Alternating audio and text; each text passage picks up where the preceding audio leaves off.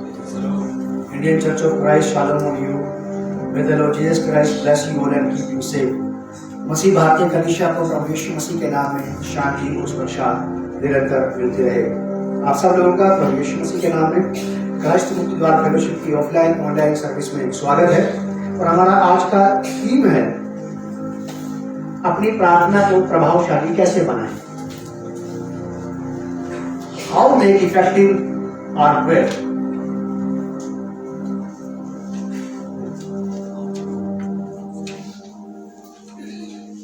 How make effective our prayers। अपनी प्रार्थना को प्रभावशाली कैसे बनाएंगे आप या मैं कैसे बनाऊं।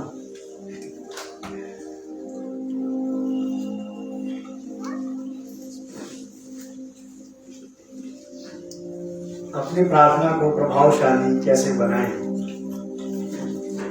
हम में से बहुत सारे लोग हैं जो प्रार्थना करते हैं, बहुत सारे नहीं सोचते, ऑलमोस्ट सारे क्रिश्चियन प्रे करते हैं, सारे मसीह विश्वासी प्रार्थना करते हैं।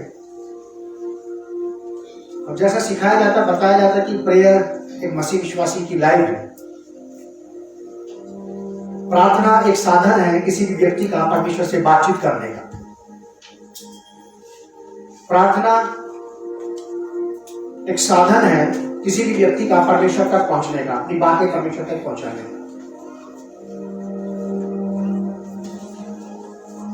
आराधना के समय में मैं यहां से इधर उधर घूम रहा था, मेरे मन में एक बात परमेश्वर की आत्मा ने डाली। हम में से बहुत सारे लोग ऐसे हैं जो कंपटीशन की तैयारी करते हैं। क्या केवल लोग कंपटीशन फाइट करने की तैयारी करते हैं या क्वालिफाई करने की तैयारी करते हैं? जवाब आना चाहिए आपको। कोई व्यक्ति को दौड़ में दौड़ना है, वो दौड़ में दौड़ने की तैयारी करता है या दौड़ में फर्स्ट आने की तैयारी करता है? फर्स्ट आने की। हर एक प्रार्थना करने वाले से ये सवाल है पवित्र आत्मा का, आप प्रार्थना किस लिए करते हैं? आपको प्रार्थना करनी है इसलिए करते हैं या आपकी प्रार्थना प्रभावशाली हो इसलिए प्रार्थना करते हैं? अगर आप इसलिए प्रार्थना करते हैं कि आपकी प्रार्थना प्रभावशाली हो, प्रतिफल लाए, निरर्थक, निष्क्रिय, निष्फल, फ्रूटलेस प्रेयर ना हो, तो फिर प्रिपरेशन बहुत जरूरी है। तो फिर तैयारी जरूरी है। तैयारी बहुत जरूरी है। आप जितने लोग यहां पे बैठे सब लोग प्रार्थना करते हैं, किसकी टाइमिंग कितनी मुझे नहीं पता, कम और ज्यादा मायने नहीं रखता। मायने ये रखता है कि उस प्रार्थना के समय पे मैं परमेश्वर के साथ रहता हूं या अपने विचारों के साथ कहीं से कहीं घूमता रहता हूं। और उसी में मैंने आधा घंटा 40 मिनट लगाया, वापस घर में आगे आमीन बोला और फिर अपने काम पे निकल। जितने लोग प्रार्थना करते हैं, मुझे बात का पूरा भरोसा है आप लोगों के ऊपर कि आप प्रार्थना करने से पहले अपनी प्रार्थना की जगह को तैयार जरूर करते होंगे। करते हो कि नहीं? जहां आपको बैठ के प्रार्थना करनी है उस जगह को तैयार करते हो कि नहीं करते? करते होंगे। चटाई बिछा के, दरी बिछा के या मैट बिछा के, कुछ भी करके वहां से आप उस वक्त में जो जरूरत का सामान है इसको हटा दिया जाता है। बिस्तर एक तरफ कर दिए जाते हैं, कपड़े एक तरफ कर दिए जाते हैं, चप्पल जूते एक तरफ कर दिए जाते हैं, ताकि आपको एक मुकम्मल जगह, एक परफेक्ट सही जगह प्रार्थना करने के लिए मिल जाए। हम प्रार्थना करने की तो तैयारी करते हैं, इस प्रार्थना का उत्तर 100% आना चाहिए, इसकी भी तैयारी करते हैं।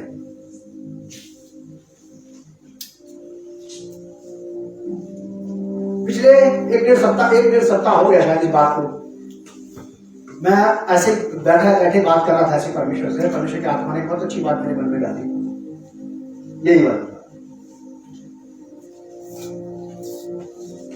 सिखाओ लोगों को कि कि वो प्रार्थना करने से पहले प्रार्थना का प्रिपरेशन करें।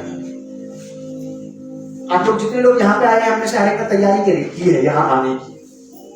कुछ लोगों ने सुबह की होगी, कुछ लोगों ने कल से ही तैयारी कर रखी थी, सैटरडे से। कुछ लोगों ने 2-3 दिन पहले से तैयारी कर रखी थी कि सारे काम अपने हिस्से के मैं निपटा दूं, मैं अपने कपड़े सही तरीके से प्रेस करके रख दूं, मैं सही तरीके से अपना जो कुछ मेरा चर्च में लेन देन है टाइट ऑफरिंग का उसको सेट कर दूं, उठूं सुबह उसको लेकर के और निकल जाऊं, ताकि एक भी चीज गड़बड़ ना डालने पाए। इसे प्रिपरेशन कहते हैं, तैयारी। तब हम लोग बिल्कुल ठीक राइट टाइम ऑन टाइम हम यहां पे होते हैं, तब हम यहां पे होते हैं। यहां आने में बहुत सारी मेहनत करनी पड़ती है व्यक्ति को। आप लोग ऐसे ही नहीं आ रहे अचानक यहां। जो लोग ऑनलाइन बैठ करके देख रहे हैं वो भी अचानक उठे और उठ के बैठ गए और बैठ के देखने लगे, ऐसा नहीं है। प्रिपरेशन रहता, तैयारी रहती है, फिजिकल और मेंटल। सोशल तैयारी आदमी करता, अपने घर को तैयार करता है, अपने कपड़े क्या पहन के जाने उसको तैयार करता, सुबह उठ करके मुझे चाय पीनी है और चाय के साथ क्या खाना है जल्दी से थोड़ा सा खा के मैं निकल जाता कि प्रेयर के। तैयारियां हैं ये यहां आने की। वैसी प्रार्थना करने की भी तैयारी है। प्रार्थना करने की तैयारी करते हैं, ऐसी तैयारी करें कि मेरी प्रार्थना प्रतिफल ला सके। आज से इस तैयारी की तरफ भी ध्यान देना है आपको और मुझे, कि मेरी प्रार्थना एक वेस्टेज ऑफ टाइम ना हो जाए मेरे लिए। मेरे लिए ऐसा ना हो जाए कि मैं बैठा तो था लेकिन कुछ हुआ नहीं, कुछ आया नहीं वहां से। खास करके वो जिसको मैं पाना चाहता था उससे कनेक्टेड कोई बात ही नहीं हो रही। कभी कभी ऐसा होता है कि जैसे मान लीजिए मैं किसी के पास जाता हूं बात करने के लिए, या कोई मेरे पास आता है बात करने के लिए, या आप किससे मिलते हैं बात करने के लिए, किसी एक टॉपिक पे किसी मुद्दे पे आप बात करना चाहते हैं और वो व्यक्ति आपको मुद्दे पे आने नहीं दे रहा। वो आदमी आपको उस पॉइंट पे बात करने आने नहीं दे रहा। इधर की बात, उधर की बात, ताई की बात, चाची की बात, मौसी की बात, मामी की बात, मेरी बात, यहां तक नहीं आने दे रहा। अपनी बात जिस पॉइंट पे बात करने वहां तक नहीं आने दे रहा। समझ रहा मेरी बात को? और फिर आप में डर होता है तो आप जबरदस्ती खींच के उस व्यक्ति को वहां अपने पॉइंट पे लाकर के उससे बात करते हैं कि मैं आपके पास आया हूं इस टॉपिक पे बात करने के लिए। आपने मुझे 1.5 दर्जन बातें बता दी, 1.5 दर्जन मेरे किसी काम की नहीं थी, लेकिन मैं इसीलिए आया हूं कि आपसे ये वाली बात करता है। अगर आपकी हिम्मत होगी तो आप ऐसा करेंगे, नहीं तो आप बाहर निकल के अपनी पत्नी को बोलेंगे भैया देखा बड़ा उस्ताद आदमी है भैया, इसने वहां नहीं दिया बात पे पॉइंट पे। वो तो था उस्ताद, आप चेले क्यों निकले? आप भी उस्ताद बन जाते। आपको अपनी बात करना आना चाहिए, आपको आना चाहिए था ऐसा क्या पॉइंट पे बात करते हैं। क्रिकेट खेलने वाले लोग जानते हैं वाइड बॉल होती है। वाइड बॉल का मतलब होता है कि वो बैट्समैन की पकड़ से बहुत दूर चली जाती है, किलियों के बाहर निकलती है, स्टैंड के बहुत बाहर निकलती है, उसको वाइड बॉल कहते हैं। कई सारे लोग वाइड बॉल के खिलाड़ी होते हैं, वाइड बॉल देते रहते आपकी पकड़ से बाहर बातें करते रहते हैं, लेकिन आपको उसको बोलना चाहिए कि बिल्कुल सेंटर में आओ, अब बोलिए। वैसे ही आपको और मुझे परमेश्वर के साथ वाइड बॉलिंग नहीं खेलना चाहिए, नहीं खेलना चाहिए। रेंज से बाहर बॉल नहीं जानी चाहिए। प्रार्थना की तैयारी है, प्रार्थना का उत्तर पाने की भी तैयारी होना चाहिए, उसका प्रिपरेशन। ऐसी प्रार्थनाएं प्रिपेयर करना, उन प्रार्थनाओं के लिए अपने आप को तैयार करना कि प्रार्थना का उत्तर आ जाए। निकालिए हमारा रीडिंग रेफरेंस है आज का प्रोवर्ब्स चैप्टर 28, नीति वचन की किताब भजन संहिता के बाद आती है, इसका 28वां अध्याय। नीति वचन की किताब उसका 28वां अध्याय और 9वीं आयत। Book of Proverbs chapter 28 verse 9। बिल्कुल स्पष्ट पवित्र आत्मा के द्वारा सुनी गई आवाज थी ये। वर्ष बिल्कुल साफ मैंने सुनी। और उसको सुनने के बाद जब मैं उठा तो उठते उठते मैं ये वाला गीत गा रहा था कि थोड़ा समय है बाकी, सेवा अभी है काफी, हम रुके नहीं, पीछे मुड़े नहीं, यीशु है हमारा साथी। तो मैं अपने सहज पर था, मैं इस गीत को गाते गाते जगा नींद में से। आज मैंने सुबह यही वाला गीत गवाया, यही वाला गीत गवाया। शायद इस गीत का कनेक्शन है हमारी आज की शिक्षा के साथ। नीति वचन की किताब उसका 28 अध्याय 9वीं आयत। इसका लेखक ये बताता है, कहता है कि जो अपना कान व्यवस्था सुनने से मोड़ लेता है उसकी प्रार्थना घृणित ठहरती है। घृणित। कोई भी व्यक्ति हो, प्रार्थना की जगह तैयार किया आपने, बहुत अच्छी बात है, आपने अपनी तैयारी की, हाथ मुंह धोए, आप बैठ गए बिल्कुल तैयार होकर के। क्या ऐसा प्रिपरेशन हुआ है लाइफ में? क्या मेरे शरीर, प्राण, आत्मा का, दिल का, दिमाग का, मन का, विचार का, भावनाओं का, इच्छाओं का, कल्पनाओं का कि ऐसी तैयारी मैंने की है कि मेरी प्रार्थना परमेश्वर की वेदी पर घृणित नहीं ठहरनी चाहिए। मेरी प्रेयर को एक्सेप्टेंस मिलना चाहिए स्वर्ग में। परमेश्वर मेरे विनती और निवेदनों को रिसीव करे। ऐसा प्रिपरेशन क्या सचमुच हम करते हैं या नहीं करते? हम प्रार्थना तो करते हैं, बिल्कुल दो राय नहीं, इसमें कोई शक नहीं है। ऑल ओवर वर्ल्ड में सारे क्रिश्चियन डिसाइपल्स प्रेयर करते हैं।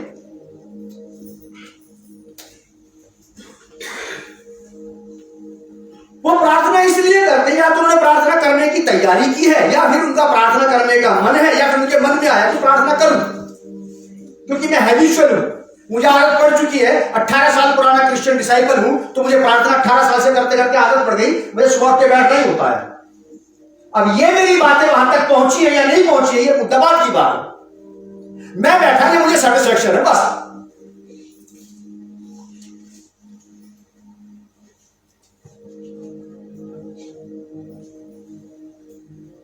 यहां ये लिखा ही है, हम लिखिए ये वाली बात आपकी बाइबल में ऐसे लिखा है, कुछ और तो नहीं लिखा इसके अलावा, ये लिखा है। अगर हम सब की बाइबल में एक ही बात लिखी है, यही एक जैसी बात लिखी है, तो आज ये बात फिर हम सबको सही ढंग से समझ में आ जाना चाहिए।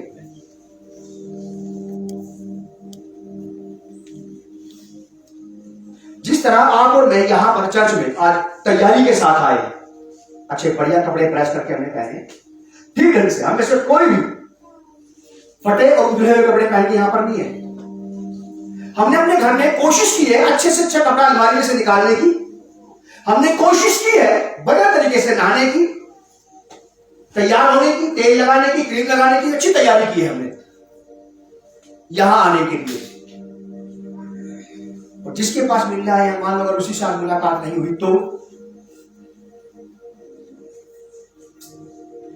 जिससे आप मिलना है, अगर मान लीजिए वो ही प्रभु आज नहीं मिला तो प्रिपरेशन का इसको किस प्रकार का प्रिपरेशन कहेंगे? फिर फिजिकल शारीरिक तैयारी थी मेरी, बढ़िया कपड़ा निकालने की। अच्छा चूज करो कपड़ा ताकि लोग देखें तो सही कुछ पहन के आया है आज। अगर ये प्रिपरेशन है तो फिर प्रिपरेशन यही था कि अच्छे कपड़े में तो लोगों ने देखा तुझे, लेकिन तुझे वो नहीं दिखाई दे जिससे तू मिलने गया,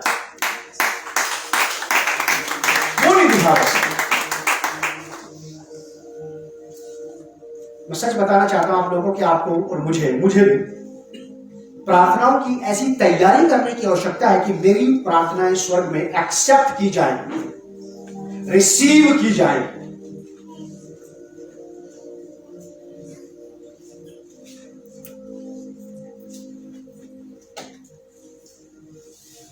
और प्रार्थनाएं एक्सेप्ट की जाए, प्रार्थनाएं स्वीकार की जाए, प्रार्थनाओं को आदर दिया जाए, मैं इसके लिए क्या करूं? लिख लेना, अपने घर में पढ़ना। प्रेरितों के काम की किताब उसका 10वां अध्याय पहले पद से लेकर के 4 पद तक कर्नेलियुस की प्रार्थनाएं और निवेदन स्वीकार किए गए थे, क्योंकि वो दिन में 3 बार प्रार्थना करता था, गरीब यहूदियों को दान दिया करता था और अपने पूरे घराने समेत परमेश्वर से डरता था और भक्त था। लिखा कि वो भक्त था, 3 टाइम प्रार्थना किया करता था, टाइट ऑफरिंग दिया करता था और अपने पूरे घराने समेत यहोवा से डरता था। मैं प्रार्थना करने के लिए कमरे में हूं, मेरे बीवी बच्चे कहां हैं? कहीं भी जाए मुझे क्या इससे। पत्नी प्रार्थना करने बैठ गई, 3 घंटे 4 घंटे के लिए चूल्हा चक्की सब ठप करके बैठ गई, दुआ में लग गई। पति और बच्चे कहां? मुझे इससे लेना देना क्या, मैं तो अपनी प्रार्थना में वही है कम से कम। ऐसे लोगों को भी प्रभु चेक करता है कि ये आदमी वो नहीं जिसकी मुझे जरूरत है।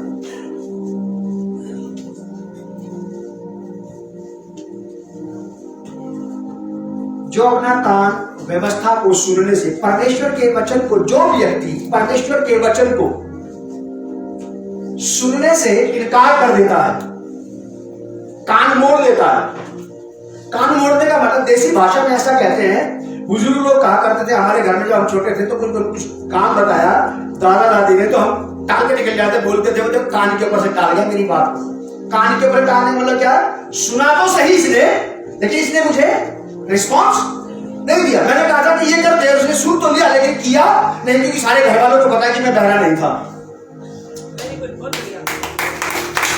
जिस दादा दादी ने मुझसे पानी मांगा उसे पता है कि ये बहरा नहीं है, ये उत्तर दे सकता, लेकिन नहीं दिया इसने मेरी बात को अपने कान के ऊपर से टाल दिया। आंख में से बहुतों के बारे में यहोवा परमेश्वर जानता कि ये बहरे नहीं है, सुनाई देता लेकिन उत्तर नहीं देते। बस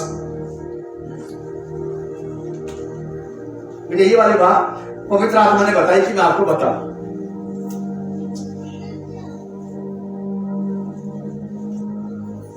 मैं आपको बता रहा हूं, आपके बच्चे आपकी बात टाल देते, इसको चेकअप कराइए, आपका कान की मशीन ठीक है क्या? आप बोले भैया कैसी बात कर रहे हैं, ठीक ठाक सुनता है, सही सुनता है इसने, तो फिर आपकी बात का उत्तर क्यों नहीं दिया इसने? या तो सही नहीं सुनता है या फिर सही सुनता है। तो ये वो लोग हैं जो बातों को परमेश्वर की कान के ऊपर से टाल जाते हैं। इनकी प्रार्थनाएं,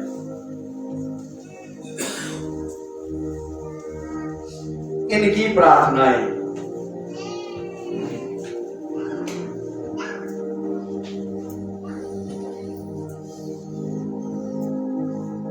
जो व्यवस्था सुनने से कान मोड़ देता है। परमेश्वर की बातें सिखाई जाती है, परमेश्वर की बातें बताई जाती है, परमेश्वर की बातें उस तक पहुंचाई जाती हैं, बताया जाता है, सिखाया जाता है कि ऐसा नहीं ऐसा करो, यूं नहीं यूं करो, इस तरह नहीं इस तरह चलो, ऐसे नहीं ऐसे पहनो, ऐसे नहीं ऐसे खाओ। परमेश्वर चाहता है वचन के द्वारा कि लोग सही ट्रैक पे आए, ताकि मिसकम्युनिकेशन ना होने पाए। मिसकम्युनिकेशन समझते हैं आप? नेटवर्किंग प्रॉब्लम कितने लोग जानते हैं? मोबाइल जिनके पास है सब जानते हैं। जिस तरह से मोबाइल में नेटवर्किंग प्रॉब्लम होती है, इधर की आवाज उधर, उधर की आवाज अगर साफ साफ नहीं सुनाई देती है तो आदमी मोबाइल पकड़ के नेटवर्क ढूंढता है ताकि आवाज साफ साफ आ सके। ठीक वैसे ही जब स्पिरिचुअली आत्मिक रीति से किसी भी व्यक्ति का नेटवर्क परमेश्वर के साथ सेट नहीं बैठता है तो उसकी कोई भी बात परमेश्वर तक नहीं पहुंची। मेरे साथ कभी कभी ऐसा हो जाता है, हमारा ऊपर वाला घर बनने की वजह से नीचे वाले घर में नेटवर्क आना कम हो गए हैं। लोगों की शिकायत मुझसे अभी अक्सर ये रह रही है कि अब फोन मिलाते ही मिलता नहीं। आपने स्विच ऑफ कर रखा था। मैं जिंदगी में मैं तो ऑफ हो सकता हूं कभी, लेकिन मेरा मोबाइल कभी स्विच ऑफ नहीं हो सकता है, क्योंकि मैं जानता हूं कि यह काम 24 आवर्स का है।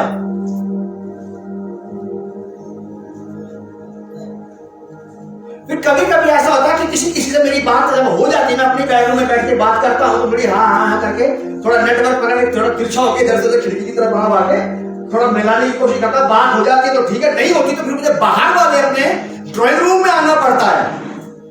और जितनी प्रार्थना, विश्वास करो मेरा, जितनी 3, 4, 5, 6, 7 मिनट की प्रार्थना मैंने वहां पे की, वो सारी प्रार्थना को उस आदमी ने बोला कि मुझे कुछ पता नहीं कि आपने क्या बोला।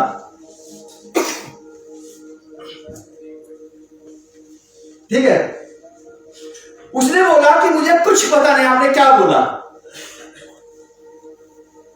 और मैं मुस्कुरा देता हूं इस बात के ऊपर कि मैं जानता हूं कि हवा बहुत सारे लोग ऐसे हैं जो तुझसे बात करते हैं, ना तो तुझे पता पड़ता कि क्या भूल गया, ना उनको पता पड़ता कि तूने क्या कहा, बिकॉज ऑफ नेटवर्किंग प्रॉब्लम। मुझे हंसी आती है इस बात के ऊपर। फिर मैं बाहर आकर के अपने शहर के पास खड़ा होकर वहां आराम से उनके लिए प्रार्थना करता हूं। आवाज आ रही है मेरी क्या? कई लोग जानते हैं, मैं अक्सर पूछता हूं आवाज आ रही है मेरी साहब? कि हाँ आ रही है। अब बोलने लगा वो ये वाली बात कि मेरी आवाज आ रही है आपको? कि हाँ भैया आ रही है आवाज। अगर नहीं आती तो फिर मुझे वहां से अंदर से उठ के बाहर आना पड़ता है। समझा मेरी बात को? जितने लोग परमेश्वर की बात को सुनने से कान मोड़ लेते हैं, समझदारी की बात को, सुधार की बात को, बदलाव की बात को एक्सेप्ट नहीं करते, वो करते नहीं वैसा जैसा परमेश्वर चाहता है, फिर ये प्रार्थना करते हैं परमेश्वर से। फिर हम लोग प्रार्थना करते हैं परमेश्वर से, हम परमेश्वर को पुकारते हैं तो परमेश्वर हमें उत्तर नहीं देता, क्योंकि वो अपने वचन के बाहर जाकर के कुछ भी नहीं करेगा। अगर पवित्र शास्त्र बाइबल में ये वाली बात आई है कि जो लोग परमेश्वर की बात को सुनने से, व्यवस्था को सुनने से, वचन को सुनने से, उसका पालन करने से इनकार कर देते हैं, उनकी प्रार्थनाएं परमेश्वर के सामने घृणित ठहरेगी।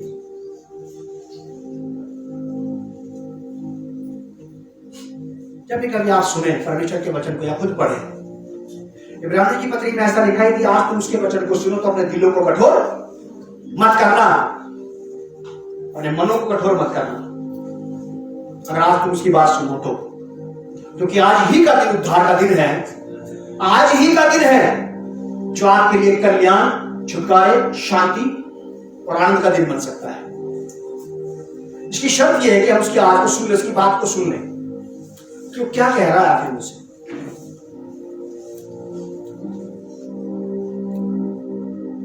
प्रयास करें, कोशिश करें, हम सिखाने वाला व्यक्ति कोई भी क्यों ना हो, कहीं पे भी आप बैठ करके सुन रहे हो, किसी से भी सुन रहे हो, आप कान भारी मत करना और दिल कठोर मत करना। आप बहुत देखे इसके जैसे,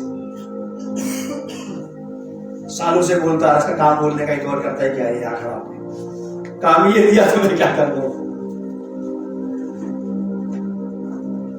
कभी कभी सुनता भी नहीं बैठ के।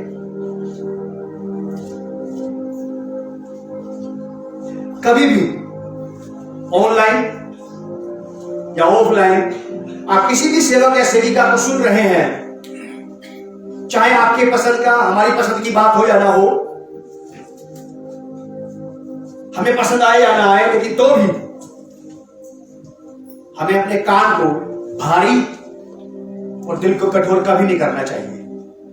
उसकी आवाज को सुनना चाहिए, उसके वचन को रिसीव करना चाहिए, क्योंकि विश्वास सुनने से और सुनना मसीह के वचन से होता है। जब आप अपना सुनेंगे और दिल से ग्रहण करेंगे तो निश्चित ही ये वाली बात आपके मेरे जीवन में 100% फल लेके आएगी। आपका और मेरा परमेश्वर की बात को सुन लेना, मान लेना, ये भी मेरी प्रार्थनाओं को बल देता है। वहां पे लोग ये कहते हैं ना, मसीहों का तो मुझे नहीं पता, यह हो सकता है कि मसीहों में भी गड़बड़ लोग हो ऐसे कि जो व्यक्ति गुजर गया, चला गया, उसके नाम से कुछ कर दो, दान दक्षिणा, तो ये इसका सवाब उसको मिलेगा। ये धोखा है। जो चला गया यहां से, आप उसके नाम से कुछ भी दे दो किसी को भी, ये उस तक कभी नहीं पहुंचेगा।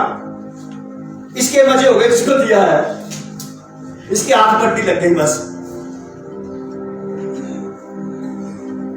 कोई बेनिफिट नहीं है इससे।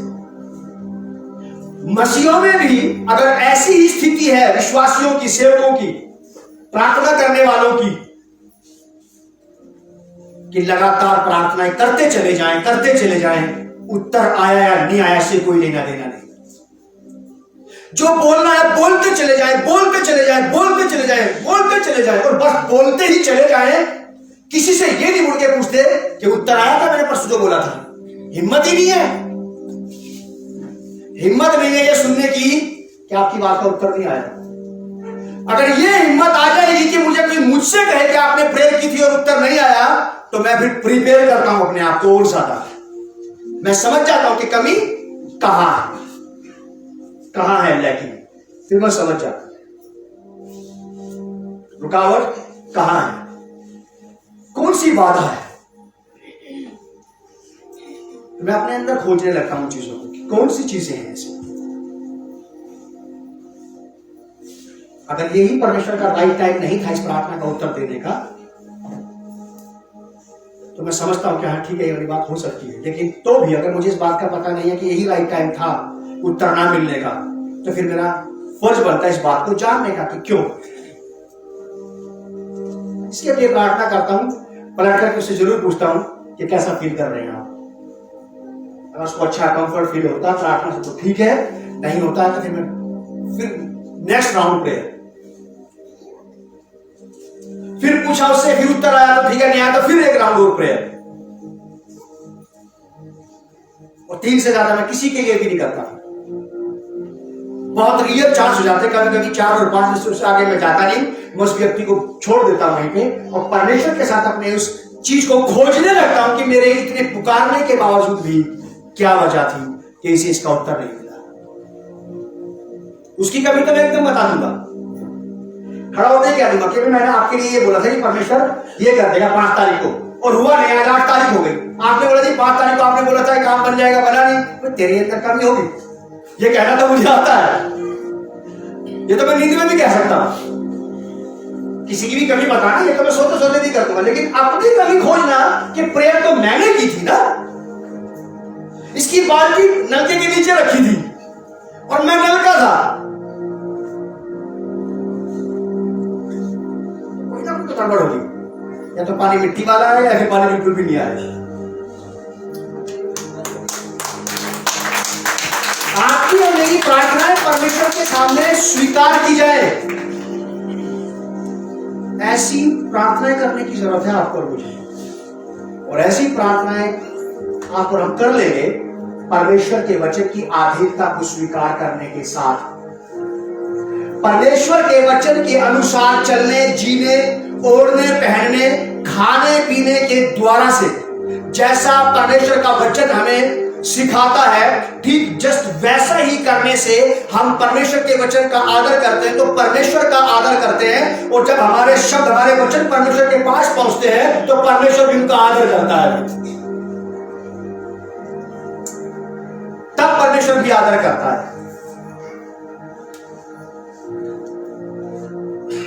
इसे आप चाहे ज्ञान की बात समझो, चाहे आप इसे वचन की बात समझो, दोनों ही बातों में आपका फायदा है, मेरा फायदा है दोनों ही बातों में।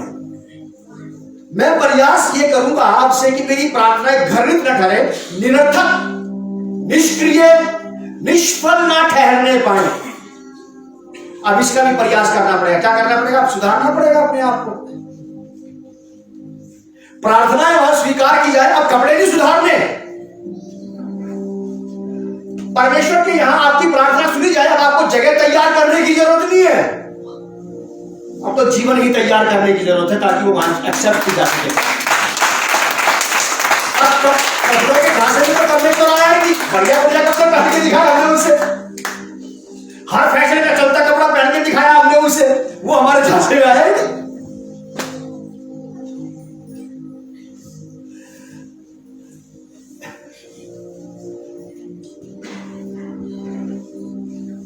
हमने अपने आप को बढ़िया सजा धजा के उसको दिखाया, लेकिन हमारी सजावट के चक्कर में नहीं आया। तो क्या बदलना पड़ेगा? कपड़े। अब तो कुछ और बदलने की जरूरत है ताकि प्रार्थनाएं वहां स्वीकार हो।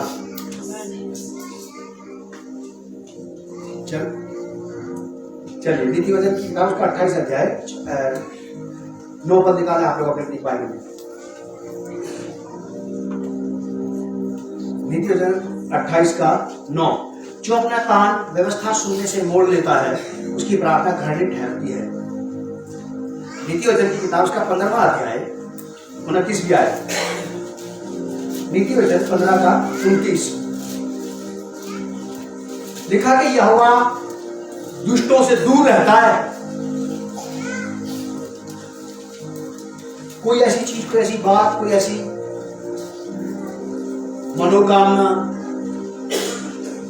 कोई ऐसी चीज, कोई भी ऐसी बात, मेरी कोई भी व्यवहारिकता, स्वभाव में, आदतों में कोई भी ऐसी बात है क्या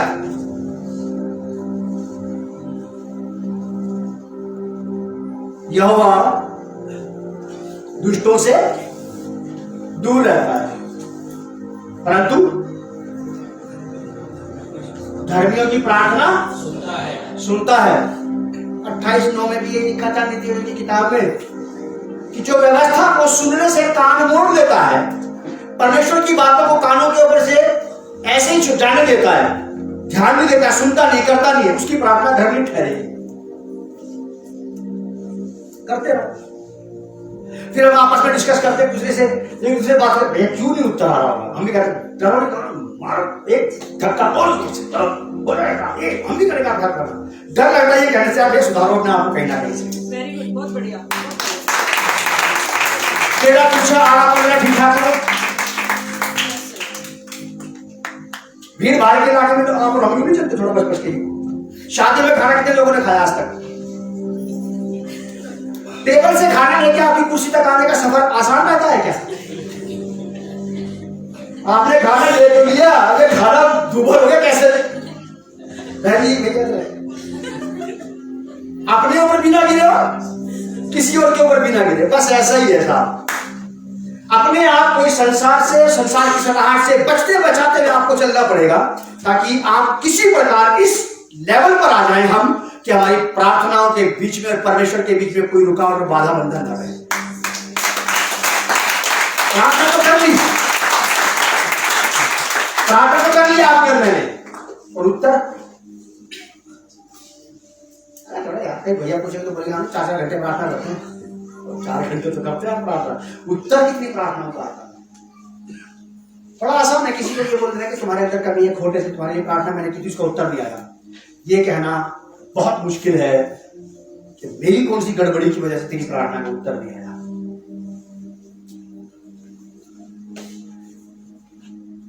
नीति वचन की किताब उसका 15 अध्याय 29 पर यहोवा दुष्टों से दूर रहता है परंतु धर्मियों की प्रार्थना सुनता है। भजन संहिता 66 अध्याय उसका 18 भजन संहिता Psalm 66 वर्ष 18। ये है वो चीजें जो हमारी प्रार्थनाओं को परमेश्वर तक पहुंचने नहीं देती हैं।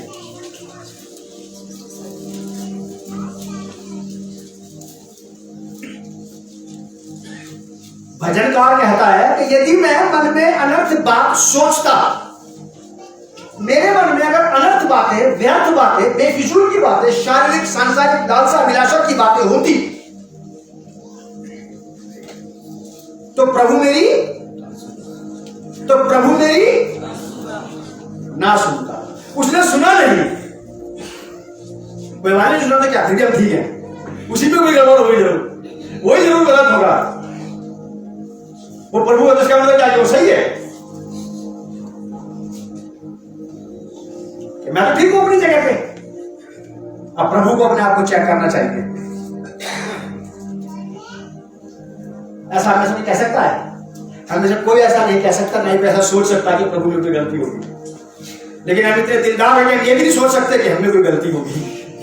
हम इतने बड़े दिल वाले भी हैं, ना तो उसके बारे में सोच सकते कि वो गलत कर सकता है, ना अपने बारे में सोच सकते कि मैं गलत कर सकता हूं। किसी और के बारे में हम जरूर सोच सकते हैं कि कौन कौन गलती कर सकता है। मैं जानता हूं, मैं यहां से देख रहा हूं, मुझे पता कौन कौन गलती कर सकता है। शाबाश। अपने बारे में बस मुझे नहीं पता कि मैं गलती कर सकता हूं, मैं गलत हो सकता हूं।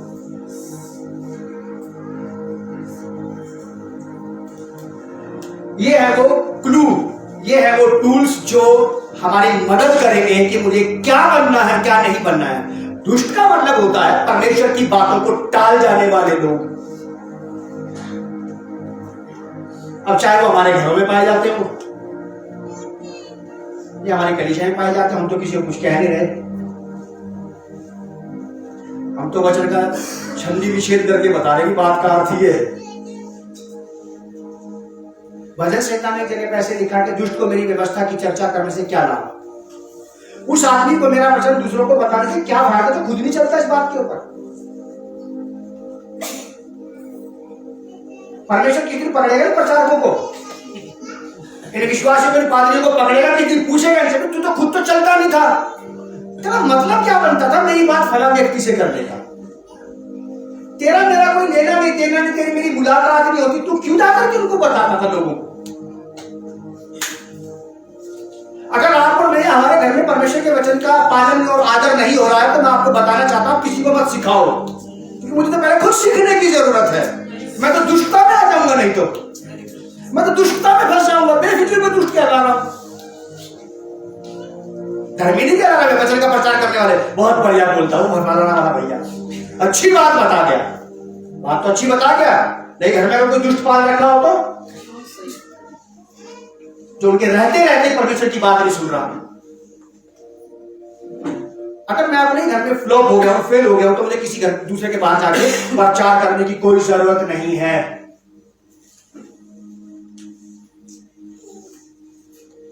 दुष्ट कहते हैं उस व्यक्ति को जो परमेश्वर की बात को जानता है और टाल के निकल जाता है।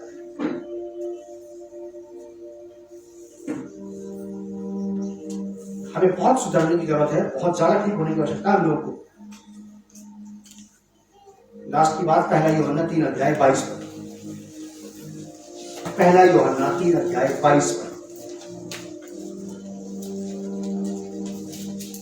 और जो कुछ हम मांगते हैं वह हमें उससे मिलता है क्योंकि हम उसकी आज्ञाओं को मानते हैं और जो उसे भाता है वही करते हैं। बस 1 John chapter 3 verse 22।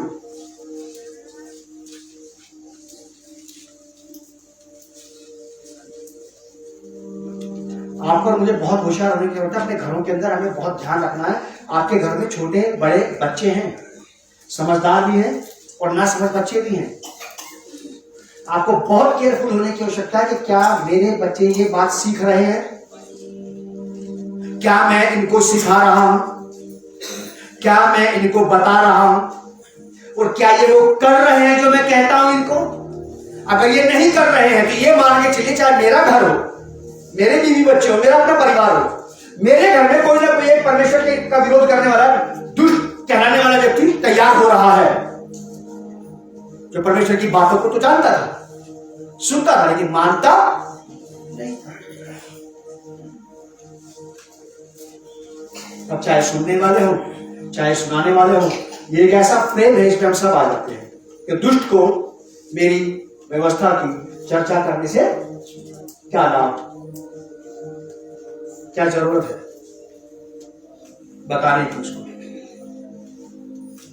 3:22 पर हमने देखा ना, अभी हमने ये देखा यहाँ पे कि कोई हमें ये बता रहा है कि हम उससे इसलिए पा लेते हैं अपनी प्रार्थनाओं के उत्तर, क्योंकि हम उससे इसलिए पा लेते हैं कि वो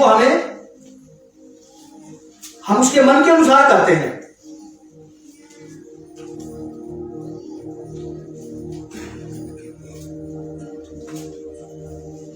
भजन संहिता 50 अध्याय के 16वें पद में ऐसा लिखा है,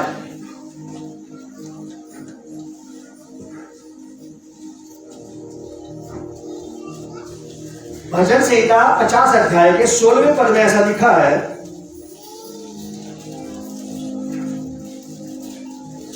परंतु दुष्ट से परमेश्वर कहता है, तुझे मेरी विधियों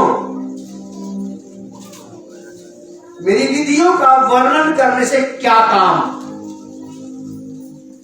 तेरा कोई हक नहीं बनता। अनराइचस डिसोबीडियंस लोगों से परमेश्वर कहता है कि यू हैव नो राइट तुम्हारे पास कोई अधिकार नहीं है मेरी चर्चा, मेरी बात, चाहे आप उद्धार की बात बताओ, आप उसके भले की बात बताएं, लेकिन तब भी आपके पास अधिकार नहीं। अगर मैं किसी को उसके जीवन के छुटकारे की, उद्धार की, शांति की बात बताऊं और मेरा खुद का जीवन ठीक नहीं है, तो मेरे पास बिल्कुल राइट नहीं है। क्योंकि मेरी प्रार्थना और मेरी सारी सलाह, मेरी सारी शिक्षाएं परमेश्वर के सामने घृणित ठहरेगी, ना मेरा भला होगा और ना इसका भला।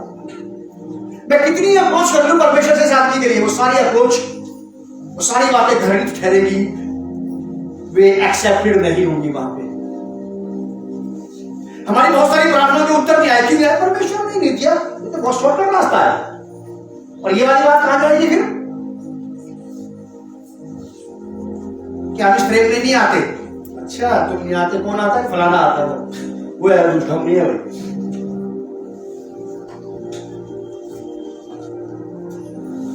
दुष्ट को मेरी व्यवस्था की विधियों का वर्णन करने से क्या काम? तू मेरी भाषाओं की चर्चा क्यों करता है? 17 की आयत में लिखा, तू तो खुद शिक्षा से प्यार करता है, तू तो खुद ही नहीं चलता इन बातों के ऊपर, नहीं मानता, नहीं करता इसके कहने के अनुसार जो यहाँ पे बताया जा रहा है। तू खुद मेरे वचनों को तुच्छ जानता है, मेरे वचनों का निरादर करता है। तेरे लाइफ में, तेरे जीवन में मेरे वर्ड, मेरी बातें एक्सेप्टेड नहीं है। प्रभु यीशु मसीह ने एक बात कही थी दुनिया छोड़ने से पहले, अपने चेलों से कहा था पैर धोकर के इनके, कि मैंने तुम्हारे सामने नमूना रख दिया भाई, मैंने सब कुछ तुम्हारे सामने करके दिखाया है, मैं वचन पर मैंने चल के दिखाया है, अब तुम भी चलते जाओ। आपको मुझे भी यही चाहिए। मेरे प्रचार करने से, मेरे बात करने से कोई बदले या ना बदले, ये आनंद तो बात की बात है, लेकिन ये वाला आनंद मुझे पहले आ जाना चाहिए कि मुझे मेरा कंक्लूजन, मेरी सारी शिक्षा मुझे ये बताती रहे कि तुम बिल्कुल ठीक चल रहे हो। क्योंकि मैं बाइबल पढ़ता हूं तो ये बाइबल करेक्शन करती है, ये करेक्शन भी करती है और ये ऑब्जेक्शन भी करती है कि आपने ये गलत किया, आपको करना नहीं चाहिए था, आप कैसे बोल रहे नहीं चाहिए था, आपने गलत बोला। जब आप इसको पढ़ने बैठेंगे तो यही से शिक्षा आ जाएगी आपके मेरे पास। प्रभु यीशु मसीह ने कहा कि यदि तुम मुझ में बने रहो, मेरी बातें तुम में बनी रहे, तो जो चाहे मांग लो तुम्हारे लिए। हमें से बहुतों ने जो चाहा मांगा, लेकिन वो जो चाहा नहीं आया। इसका मतलब हम उसकी बात में नहीं ठहरे थे, अपनी बात में तो थे, ये देते। वो कह रहे इधर नहीं आते, पकड़ लेगा तू, फिर तो हमें अपने हिसाब से चलाया, अब तो हम अपने हिसाब से चल रहे ना। हमारी कई सारी प्रार्थनाओं का उत्तर इसलिए नहीं आया क्योंकि हमारी प्रार्थनाएं घृणित ठहरी, और किसी भी घृणित बात का जवाब पलट करके आप भी नहीं देते। अगर कोई आपको, आप अच्छे विश्वासी में आपको कोर्ट और गाली देते, नहीं करते आप उसको उसकी तरफ यूं नहीं कर सकते, कर दो नहीं, आप कर नहीं सकते। आप अपना सब भूल के अपने घर में ठीक है कर लेते, क्योंकि किसी को कोर्ट नहीं है मेरा राइट, और ये अथॉरिटी मुझे परमेश्वर ने नहीं दी। जब आप किसी की घृणित बात का घृणित से जवाब नहीं देते, तो आपकी सही बात का घृणित बात का जवाब परमेश्वर कैसे देगा? और यह तो कर रहा था,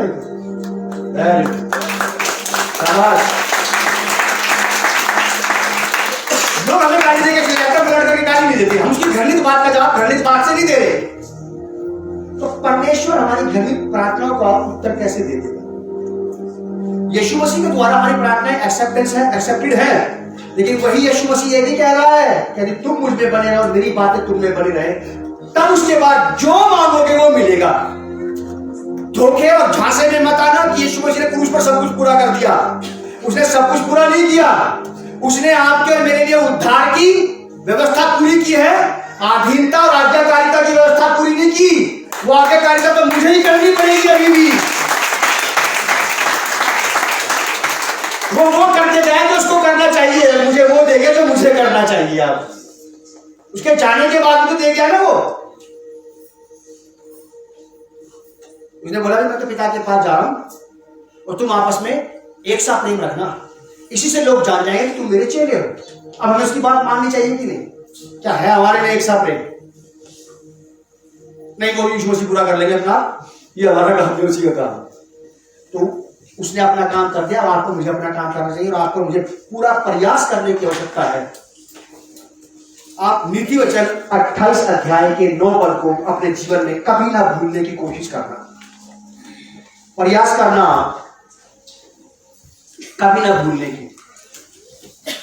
यूहन्ना 15 अध्याय में प्रभु यीशु मसीह ने कहा कि यदि तुम मुझ में बने रहो और मेरी बातें तुम में बनी रहे, ठीक वैसे ही परमेश्वर यहोवा हमसे ये कह रहा कि यदि तुम मेरी बातों में बने रहोगे तो तुम्हारी प्रार्थनाएं मेरी दृष्टि में घृणित नहीं ठहरेगी, वे स्वीकार की जाएगी, उनको आदर मिलेगा।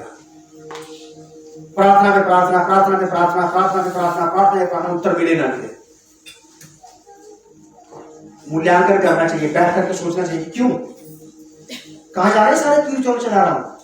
यहां कहेगा एक भी नहीं आया, 3 साल से एक चीज के लिए प्रार्थना कर रहा हूं, परमेश्वर कहा 4 साल से तुमको नजर नहीं आया। मैं अपने 3 साल की बात कर रहा हूं, तू तो 4 साल से नजर नहीं आया, तू है कहां? ईस्टर मनाया, गुड फ्राइडे मनाया, क्रिसमस पैसे भी दिए थे, यीशु ने कहा तुम उनको दिए थे, मुझे थोड़ी दिए। एक्टिविटीज को सही होने की जरूरत है हमें, कहीं ना कहीं हमें बहुत सही होने की जरूरत पड़ेगी ताकि हमारी प्रार्थना सुनी जाए। मैं तो चाहता हूं कि मेरी प्रत्येक प्रार्थना का उत्तर, मेरी प्रत्येक प्रार्थना वहां से स्वीकार की जाए। और इसका अपना सवाल यही है कि यहाँ पे मेरे जीवन में उसकी प्रत्येक बात स्वीकार की जाए। आदरणीय पिता परमेश्वर के नाम में आपसे प्रार्थना करता हूँ, आज की शिक्षा के मुताबिक प्रभु आप हम सबों को ऐसा मन, बुद्धि और विवेक दे प्यारे प्रभु कि हम आपके वचन को हम अपने कानों पर से टालने वाले ना बने, उसे अपने कानों से सुनकर के अपने हृदय में थामने वाले बन जाएं, ताकि लूका 8:8 के मुताबिक हम 100% फल लाने वाले बन जाएं और हमारी प्रार्थनाएं घृणित ना ठहरने पाए, हमारी बातें आपके सामने आपको बोर करने वाली ना हो, हमारी आराधना, हमारी स्तुति, हमारी प्रार्थना, हमारा मसीह जीवन, हमारी सेवकाई आपको बोर करने वाली ना हो, आपको आनंदित करने वाली। और ये सारी बातें तब होंगी जब हम आपकी बात का पालन करना शुरू करेंगे। हम में से हर एक को अपनी आज्ञाओं का पालन करने वाला बना दे, चाहे हम सबके सामने हो या अकेले में। आप हमें सब जगह देखते हैं, हमारे कान भारी और दिल कठोर कभी ना होने पाए आपके लिए, कभी ना ऐसा होने पाए। प्रभु यीशु मसीह के नाम में ऐसा ही हो जाए। प्रभु मेरी यही प्रार्थना है, हम सबको प्रभु ऐसा अनुग्रह कि संभले रहें, बचे रहें, कान भारी करने से, दिल कठोर करने से बच जाए। यीशु मसीह नासरी के नाम में इस प्रार्थना को हम मांगते हैं, आमीन। God bless you and shalom.